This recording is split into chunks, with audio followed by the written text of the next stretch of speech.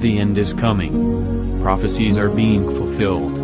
False prophets are confused by their own teachings. God's clock has not changed, only the hands are advancing to midnight. On May 14th of the year 2018, this clock marked 2 seconds to midnight.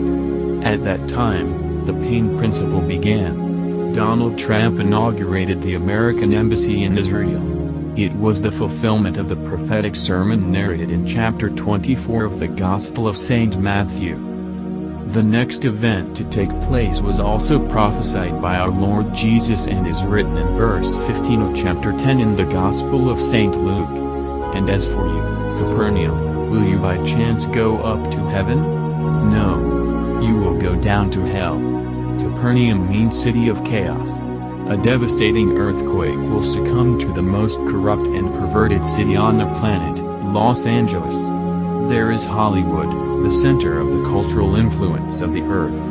Below this city there is a cavity that will not survive the major earthquake to come. Hollywood will disappear from the map. This sign will precede the 3 days of darkness that will plague the planet. This is another prophecy of our Lord Jesus narrated in verse 29 of chapter 24 of the Gospel of St. Matthew. Soon after the tribulation of those days, the sun will be darkened, and the moon will not give its light. This punishment is similar to the plague that terrified the Egyptians. And there was thick darkness throughout the land of Egypt for 3 days. They did not see each other, and no one arose from their place for 3 days. Exodus chapter 10, verses 22 and 23.